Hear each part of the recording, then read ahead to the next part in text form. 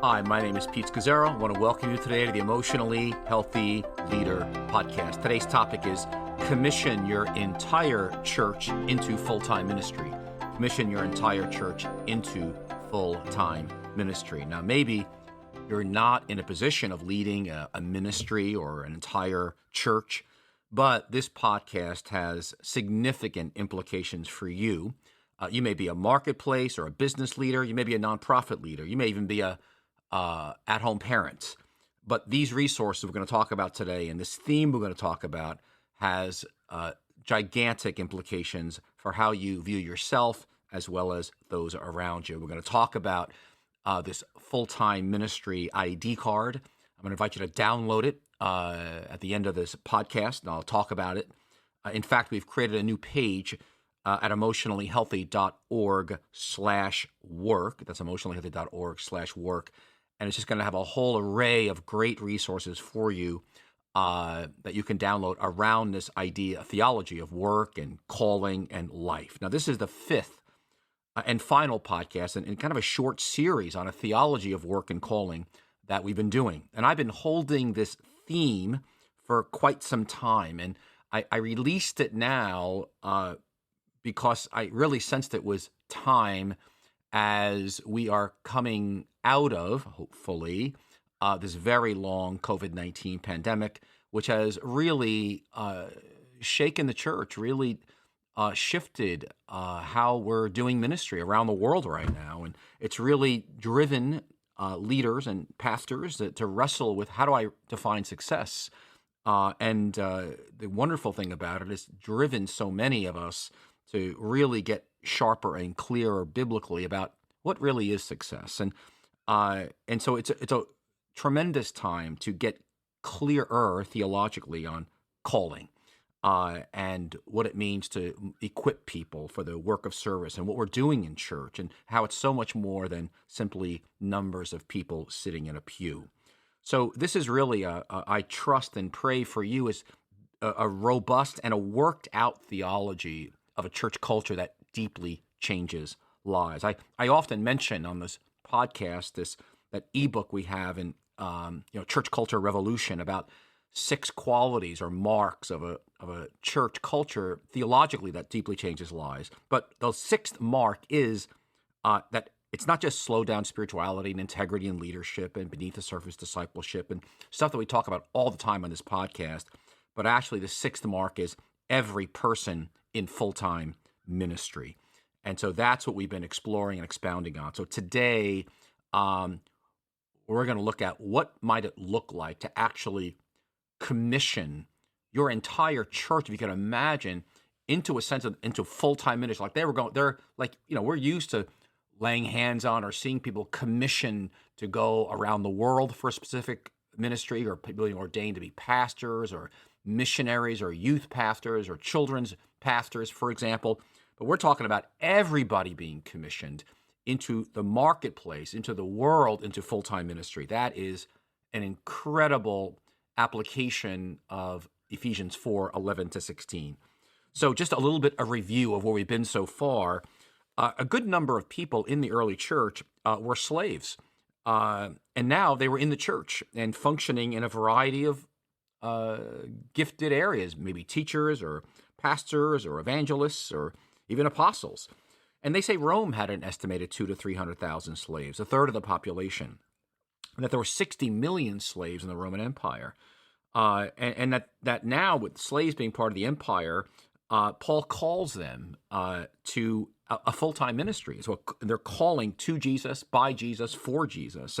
And so they, like us, had their own bad theology of calling and from the culture and their backgrounds. And of course, we've got now a couple thousand years of church history with a lot of deep wrong theology that's got to get erased. And you've heard me use this phrase, discovering the theology of work is like rediscovering a new continent. It's got enormous implications. So when you hear comments like, I don't know my calling, or I'm waiting on my calling, or I work my job so I can do what I want on weekends, or you hear someone say I was called to the ministry at a certain age and then I went to be a pastor, or I'm not trained, I'm just a lay person, or whatever was my calling, I missed it. All those comments are just they're just not biblical.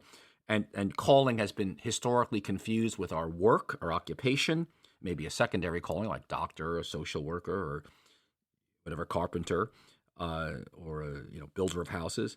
It's not your. It's more than simply your place in life, and it's not for people just in quote professional Christian service. In fact, the ancient Greeks saw slaves as cursed, and so you have in the early church people like Augustine with a real compartmentalized spirituality that of sacred and secular. But Paul breaks all that. And so in Colossians, he writes, whatever you do, work at it with all your heart as working for the Lord, not human masters, since you know that you will receive an inheritance from the Lord as a reward. It is the Lord Christ you are serving. Colossians 3:23 and 24. And for Paul, the lordship of Jesus just changed everything. In the cross and resurrection, he restores work to its original intention. We work for the Lord, not a human being. And it's interesting because slaves had no inheritance. But Paul says, no, you have an inheritance from the Lord. And he will reward you at the end of the day. And it's the Lord Christ that you are serving. So remember, an average person in a lifetime will work at least 88,000 hours at work and will spend about 4,000 at church. But so many, and so the workplace is so critical that people get invigorated and empowered with a sense of God's purpose for them in their workplaces. And so, as mentioned, 75% of the people in the Bible, it's been said, major figures in the Bible at least, were not, quote, fully supported workers. They were actually tent-making vocational workers. People like Abraham in real estate, and Jacob in ranching, and Daniel in politics, and a COO, and Esther was a beauty queen, or a model we might call her today, and Joshua a military man, and David an artist, and Joseph had a government job. Jesus was a laborer, carpenter, mason. And so in the first 300 years of the church, tent-making leaders were the norm, not the exception. And so God is a worker. He reveals himself right there in Genesis 1 and 2 as a God who creates, who works. And in the same way, we're created in his image. We were created to work until we die, whether we get paid for it or not.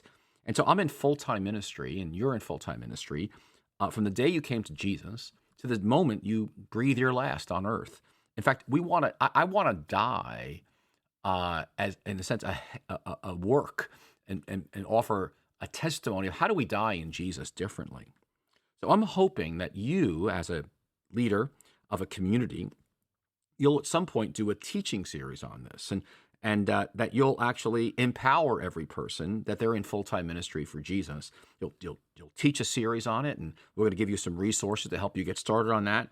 But that you'll really think through a theology of work and calling. And again, go to emotionallyhealthy.org/work. You'll see some ideas to get you started. But the most important thing I want to invite you to pick up is what's called a full-time ministry ID card that we're making available to you. And I'm going to read it, and you can adapt it for your own purposes. And then I want to take each one by one and invite you to actually invite people to kind of come forward or stand up and get commissioned to their workplace. So let me explain the card, and then let me explain the 17 different areas of work that people are involved in our ministries, and then how you might actually execute this in your environment. So let me just read it through. It's the little card. It's a wallet-sized card. It says full-time ministry ID. This certifies that I'm a full-time servant of Jesus, and I am called to 1, create and shape in the midst of chaos.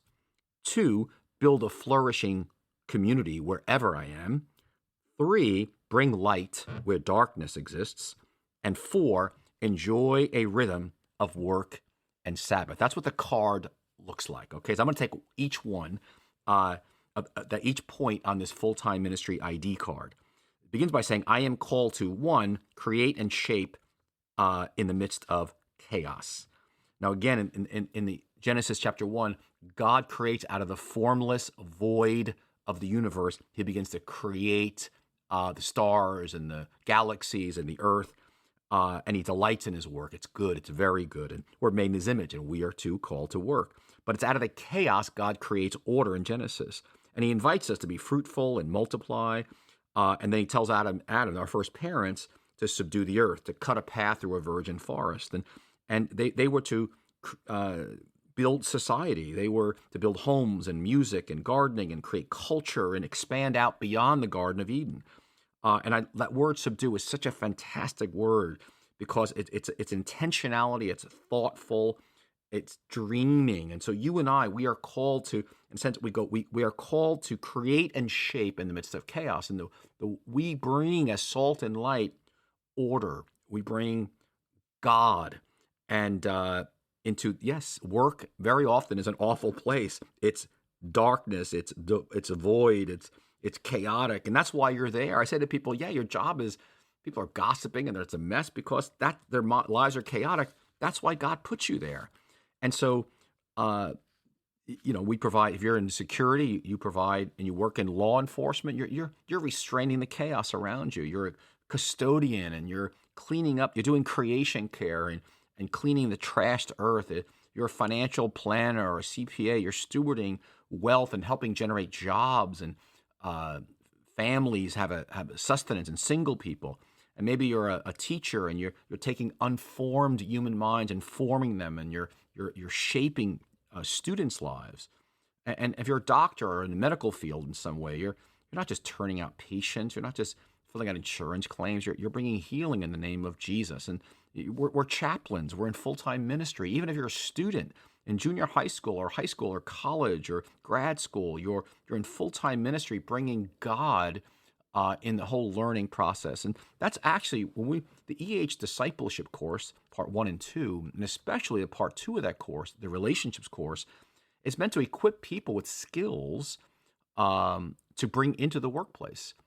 How to do a clean fight, for example, versus a dirty fight. How to clarify an expectation. How to speak clearly, respectfully, and honestly. How to say, I notice and I prefer. How to express a hope and a dream. How do you create community, which leads to number 2.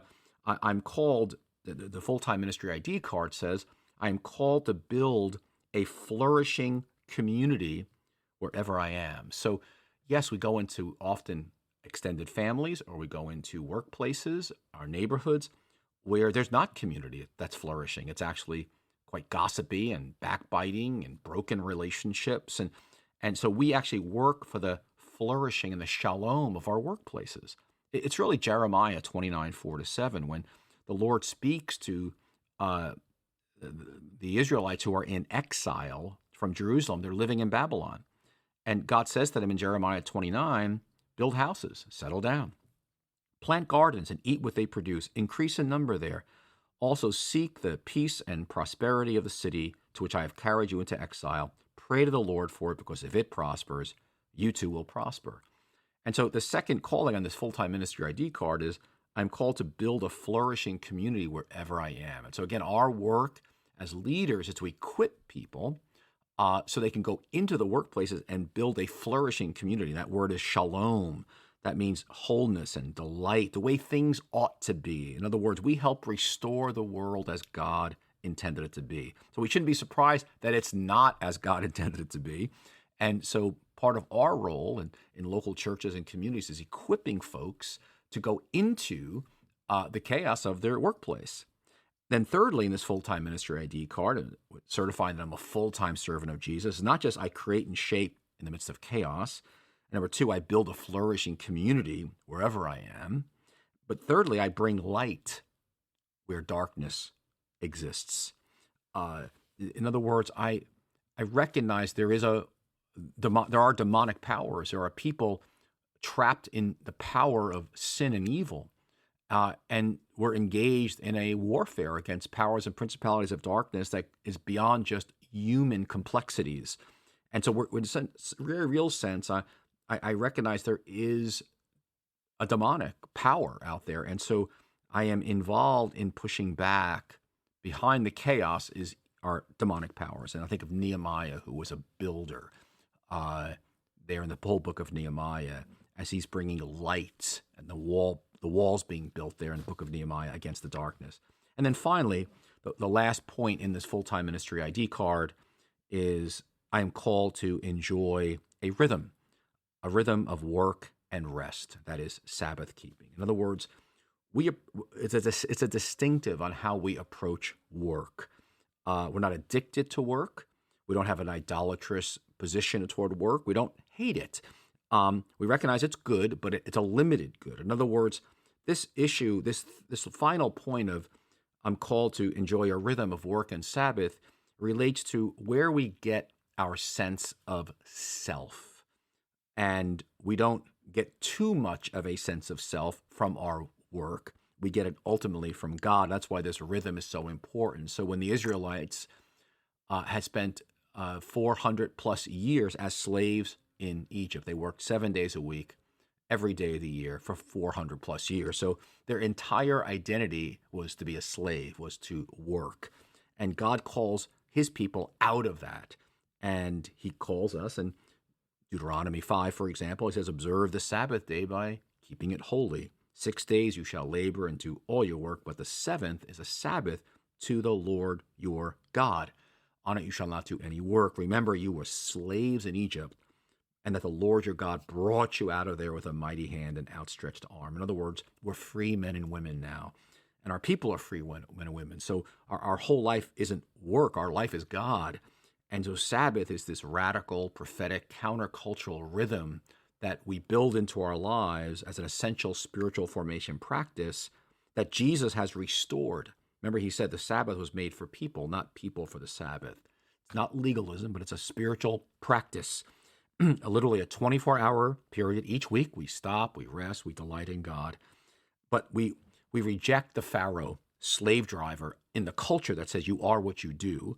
And actually, we reject the Pharaoh slave driver inside of us, that external voice that says you have no value unless you're productive, that literally becomes an internalized voice, which is really our greatest problem.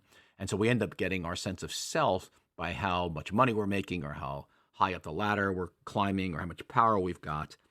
Because if all we do is work and our sense of self comes from our work and our accomplishments, that is a dangerous place. So what makes us unique on the earth is we're called to do God's work in the workplace. On his behalf, we create and shape in the midst of chaos. We build a flourishing community wherever we are, and we bring light where there's darkness. We also enjoy a work Sabbath rhythm because our sense of self flows out of our relationship with God in Jesus. And so what you will do, what I want to invite you to do, is do some teaching on this and then frame and acknowledge people from the different categories of work. And so we spent some time over the years when we built this into the culture at our church of breaking down people's workplace into 17 different categories. And then we'd mention the category, and then we'd invite people to stand. And you're going to hear a live clip, a 3-minute clip in just a few seconds. And a person can stand, and then they're recognized. And then they come forward, if they would like, to be commissioned and receive their full-time ministry ID card and set apart. So here's the categories that we identified. I'm going to read all 17 for you because I think it's just helpful. And you'll think of so many people that do not have any sense of calling, purpose, empowerment, destiny in their different workplaces. So in this commissioning service, here's the first one. We talk about business. I'm talking about, number one is business, management, accountants, finance engineers, folks, small business owners. The second category is healthcare, medical workers. That includes everything from nurses and therapists to research to administrators in the whole healthcare field. The third is education, folks and teachers or administrators, support staff, security staff at schools. Fourth is social services is another category of employment. I'm talking about counselors and social workers and nonprofits. The fifth category is service and retail industry, concierges and waiters and food service, custodians, beauticians. The sixth is city workers or government workers. That can include everyone from sanitation to police to firemen, firewomen, and transit workers, government officials. The seventh is construction/trades. Again, builders, carpenters, electricians. Eighth is the arts, folks in theater and music and writers and movies, etc. The ninth category is students. Everything from elementary school to junior high to high school, college, grad school, post-grad. The 10th is people in sales and related occupations. That's a whole large gamut there. 11th is people in transition, folks who are in between careers. They may be disabled. They may be changing careers, but they're in transition. That itself is its own calling. We do that differently. Then there's folks who are retired. They're where they've worked for most of their life, and now I don't like the word retirement. I'd say they've transitioned from their work where they were paid for a good portion of their life, and now they're doing unpaid work. But we call them, in our culture at least, retired. I call them often transitioned, but retired. The 13th category is parents, parenting and those at home, caregivers, moms at home, dads at home.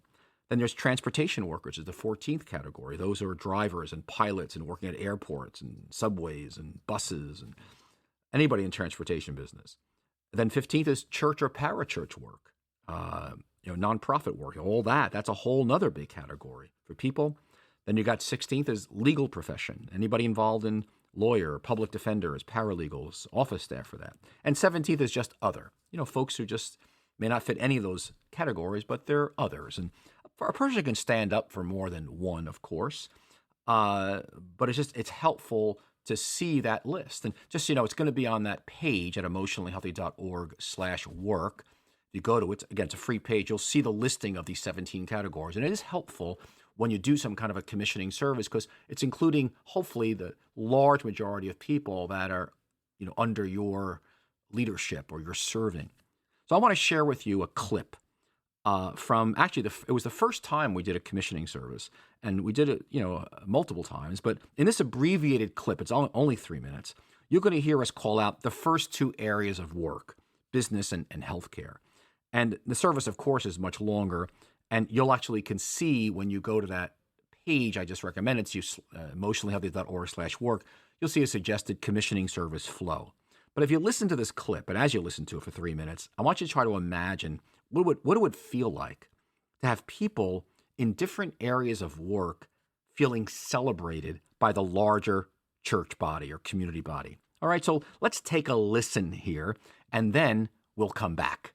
So what we're going to do now is have the elders, when your area is read, we want to ask you to stand. And we want you to just stay standing for a moment, because the rest of us, your church family, we want to look around and we want to say, oh, that's who's in business at New Life. Oh, that's who's in the arts. Oh, that's who's in education. And we want to just appreciate you and cheer you on in your calling. Okay? So the elder will call your area, stand, remaining standing so we can appreciate you, and then they'll ask you to be seated. Okay, here we go. All right, for those who are called to create and shape in business, please stand.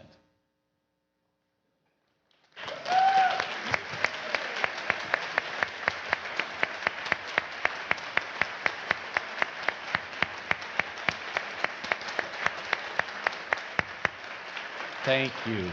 Thank you. Please be seated. And for those who are called to create and shape in the medical care, healthcare, and medical arena, please stand.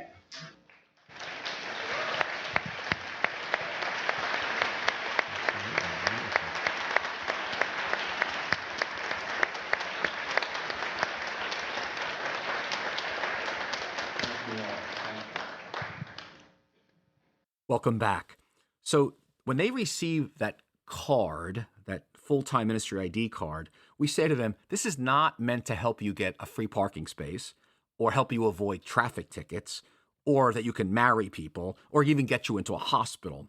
The purpose of this little wallet card, full-time ministry ID card, is really to put it on your desk or in your wallet or even on your phone to remind you of who you are, that you are in full-time ministry for Jesus, and you were called to it the moment you came to Christ. You have not chosen me, but I have chosen you. John 15, verse 16. It's a biblical reminder over and against the culture and even all the other messages you might be getting from the media that this is a waste of time. But no, you are chosen and called to this, and God's got a purpose for you there to create and shape, to build a flourishing community, to bring light where there's darkness, and model a rhythm of work and Sabbath. So again, go to emotionallyhealthy.org/work, and you can access, here's what you can access on that page, okay? You'll access some sermons and resources that will help give you a biblical, larger theology and help you unleash your people as full-time servants of Jesus. And I hopefully it'll help you imagine hosting some kind of a commissioning service. Maybe you just do it for your family even, where every member of your church, your family, your ministry is acknowledged and celebrated for the work to which they've been called to. And this work and calling bundle is actually really a collection of resources to really help you cast a vision, hopefully preach a sermon series, and do a powerful commissioning in your church. So what's included in that is things like sermon recordings, an 11-part sermon recording there, there's sermons. There's that full-time ministry ID card, which a printable card that you can feel free to adjust it, make it your own. And again, if you're not a pastor or leader, just download it for yourself. Put it in your wallet. It's because it's really true. You are in full-time ministry for Jesus, and incredibly important. There's actually a daily office that I wrote, a 5-day devotional, 2 per day, around work and calling that will help you and your church go deeper each week. And then there's some, actually, we included a few slides, some screen graphics, some JPEGs and PowerPoint slides that'll help you and kind of visualize what you're doing. In fact, I'll post some of these if you're listening to it the week I'm releasing this podcast. I'm going to post it on my social media, Instagram, Facebook, Twitter. And then there's actually a commissioning service outline, an example outline for your final commissioning service. So again, I want you to think about this incredible verse of Paul writing to the church in Colossae, many of whom were slaves, and he says to them, he fills them with vision. He says, whatever you do, work at it with all your heart, as working for the Lord, not for human masters, since you know that you will receive an inheritance from the Lord as a reward. It is the Lord Christ you are serving. Colossians 3:23 and 24. That is a verse worthy of memorizing.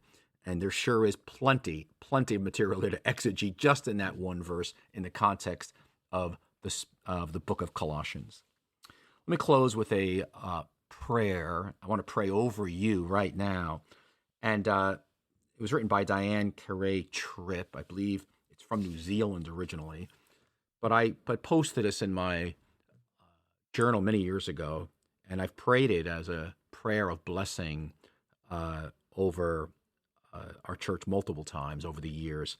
And I'd like to pray it as we close here today over you. And so let me invite you to kind of take a nice deep breath, and maybe wherever you are, maybe you're on your bicycle or walking or in your car right now, and don't close your eyes if you're in your car driving, but receive this blessing as a blessing from God.